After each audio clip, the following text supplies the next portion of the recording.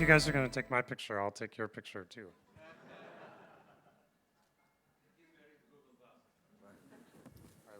right, let me share that with the whole company. Okay, done. So, it was a great session. A little bit of a hard act to follow. I was I'm upset if I have to follow Peter. So thank you, Peter.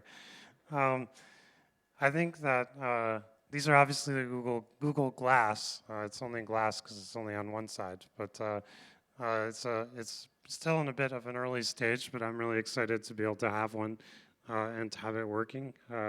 And it was pretty exciting. I just talked to our London Googlers too, and I showed it to them. They're very excited about it.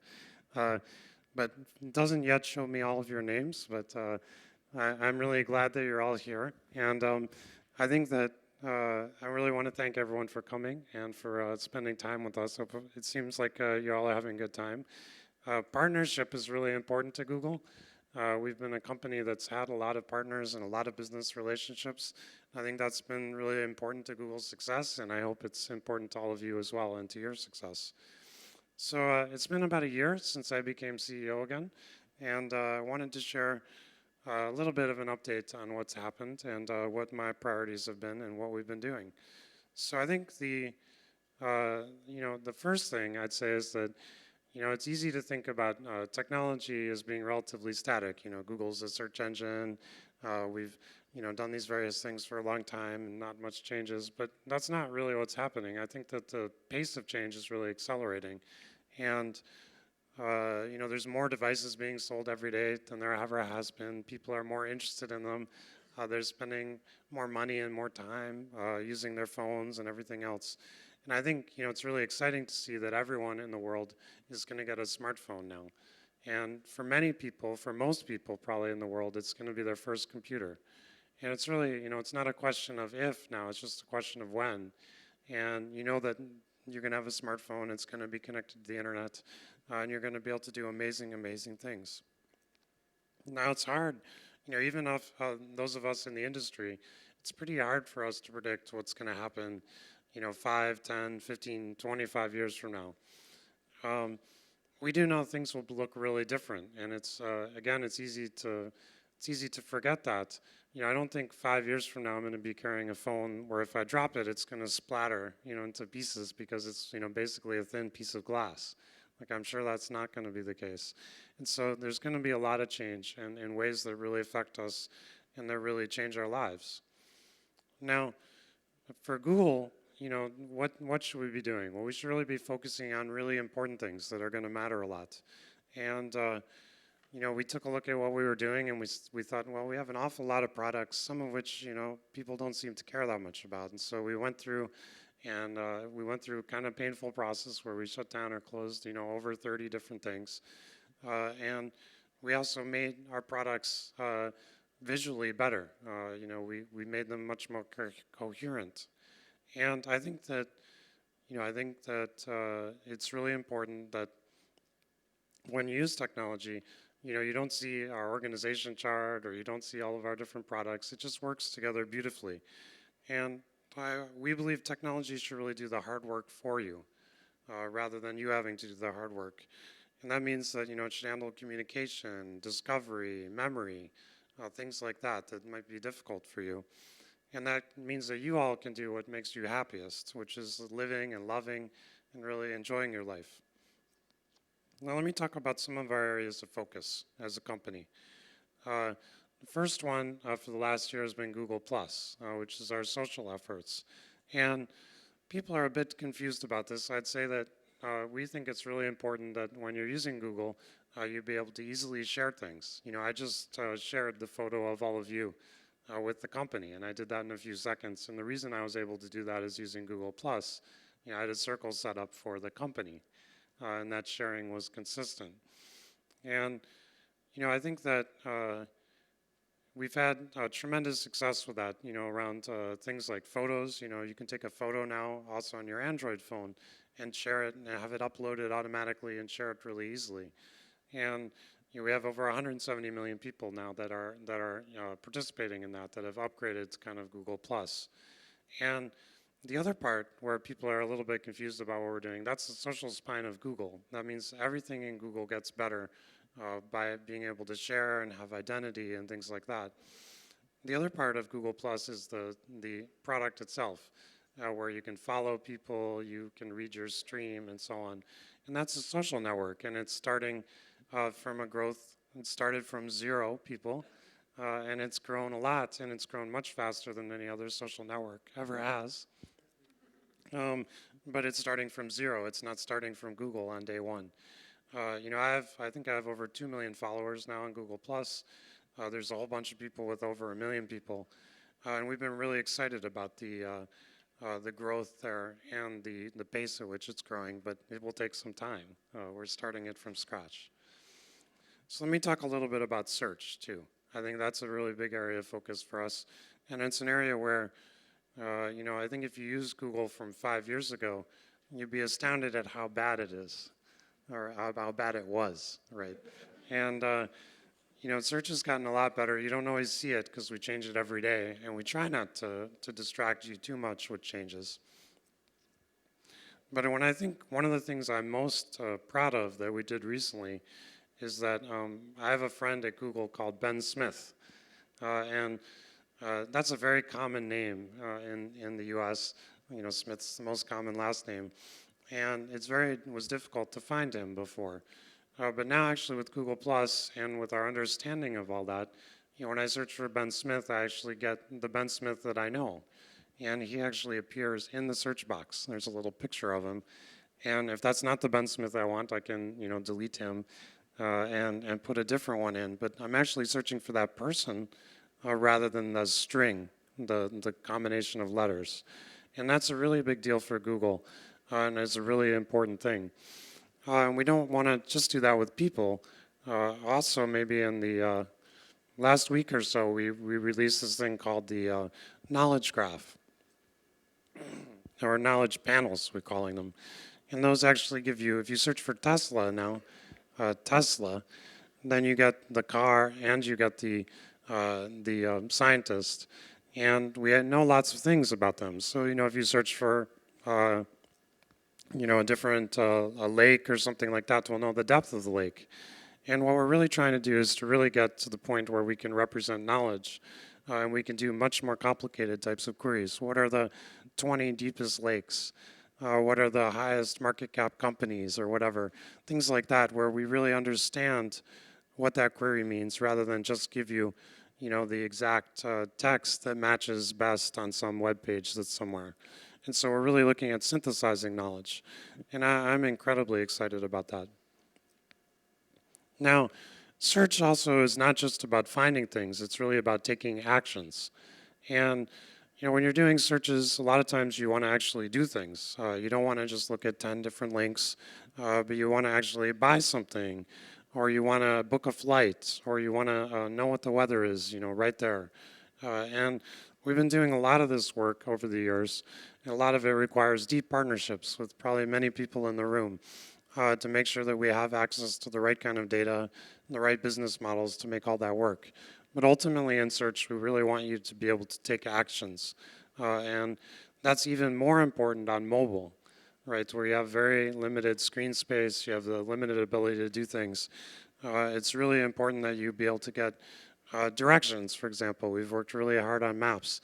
On your phone, you get directions right from your current location, or you can pay easily for something using your mobile phone, using NFC payments, which we're really excited about. Now, in talking about mobile, I think that I remember actually I visited our London office many, many years ago, and they actually had a closet in our London office where we do a lot of our mobile development, and they had a closet full of 100 phones. And the reason why we had that closet is that's what was necessary, actually, to make our phone software work. And at the time, it actually didn't work very well. I don't know if you remember using a phone, 5, 7, 8 years ago. But you're lucky to you can make a phone call, but that was about it. You couldn't get maps or directions or upload your photos or anything like that. And we were really, really frustrated by that, and that's why we developed Android. And if you think back, at the time when we realized that it wasn't obvious that, there was going to be a good way of making a software platform for phones that would get adopted by everyone and all that. But Android's really on fire now, which I probably don't have to tell you all. And it's very, very exciting. It's a big area of focus for us, obviously. Now, one of the things I'm talking about having a really, integrated, beautiful experience.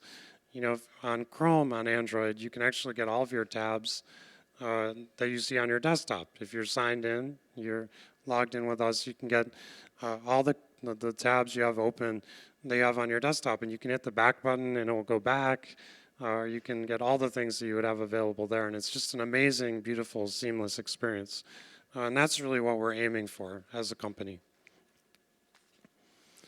Now, another example of that is Google Play, which we recently released, where you can basically have any movies, books, apps, or games all accessible from the web or your phone. And you don't have to sync, you don't have to use cables, you don't have to download anything.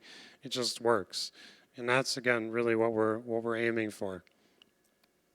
Now, I talked a little bit about focusing the company. And, I think that I want to talk a little bit about making some big bets. And, we always try to concentrate on the long term, what we're doing for the long term. And, I think that, many of the things we started up that are really big now, like Chrome, were seen as kind of crazy when we launched them. And so how do we decide what to do? How do we decide what's really important to work on? Well, I like to call the toothbrush test. So the toothbrush test is, do you use it as often as you use your toothbrush?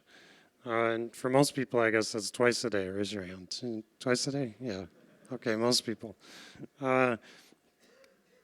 So I think, we really want things like that. And I think things like Gmail, obviously, use much more than twice a day.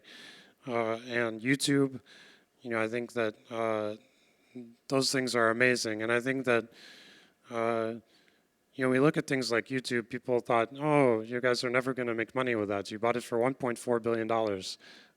You're totally crazy. And we were reasonably crazy, but it was a good bet.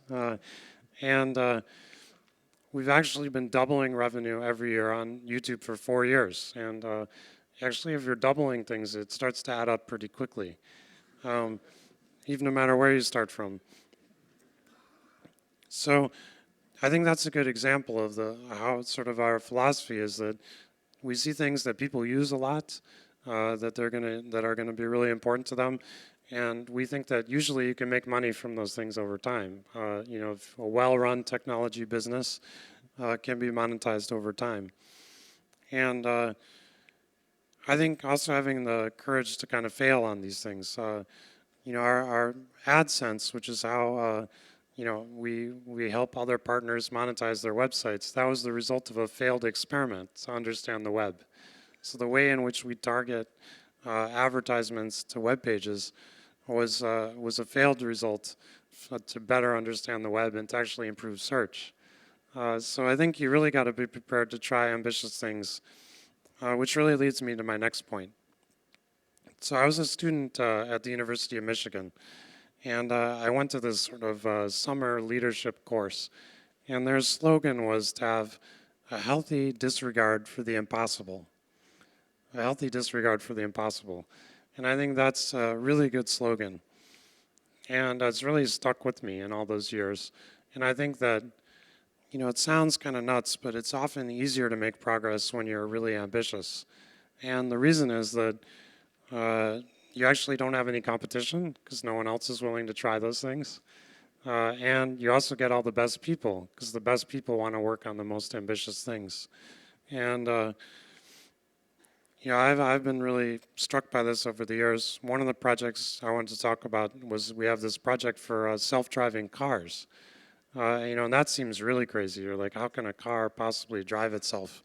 How's that ever going to work? And, we've had a team working on that, and we've driven over 200,000 miles now with no incidents.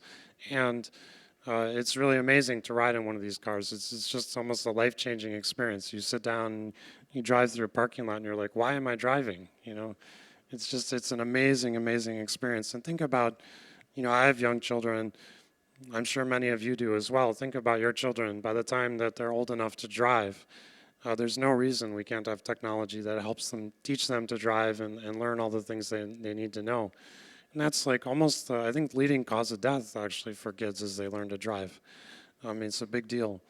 So I think, my point was that I think in technology, if we take some ambitious bets, and we really have an amazing ability to transform people's lives.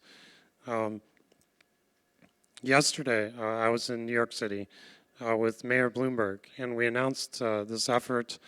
They have a new technology school going into Manhattan onto Roosevelt Island. And I think that's a really exciting thing. And Google contributed space to incubate this new school, which is Cornell and Technion. And the reason why I think that's important is I think that there's tremendous things that are possible in the world through technology. And we have relatively few people working on those things. We're not developing a lot of new scientists and engineers. It's probably, well under 1% of the population in most developed countries. And I think a lot of our progress really comes from those people and their partnerships with businesses and other things to really make things happen. So I think, I'm trying to give you a very positive worldview, but I think, anything you can imagine probably is doable, right? You just have to imagine it and work on it. And things that we thought were almost impossible. So we were interested in machine translation. There are services on the web. We had licensed one that could translate between different languages. And obviously for search, if the information's not in your language, we can't find it for you. And most information's not in your language, right? This is sort of by definition. And so we thought, well, it'd be great if we could provide search results from any language for any query. And so we really focused on that problem. And we focused on it and we developed Google Translate. And we found some machine learning researchers and we said, do you think you can translate, between any languages and do it better than an average human translator? And they laughed at us. They said, no, we can't possibly do that, but they actually were willing to try. And, 6 years later, we can translate between 64 languages. And it's amazing, actually. Many languages were better than an average human translating. We can do it instantly and for free.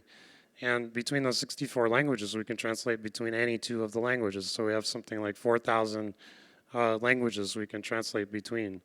And so I'm just trying to give you, I guess I'm tremendously optimistic that whatever things we try to challenge, whatever challenges we try to take on, we can solve with a little bit of concerted effort and some good technology. And I think that's a really exciting place to be in the world. So I think we want more people working on it. We want to have more ambitious goals. And I think with that, we could easily double kind of human progress and the rate at which we're developing. So I think our job is to really make the world better. And I think that the world has enough resources to really provide a good quality of life to everyone. We have enough raw materials and things like that. I think we need to get better organized and really move a lot faster. And we're really working on making that a reality, really by developing amazing technology that helps the world get better organized, that helps people be more productive. And I think that's an amazing, amazing thing to see happen. So I think we take this responsibility really seriously. And thank you.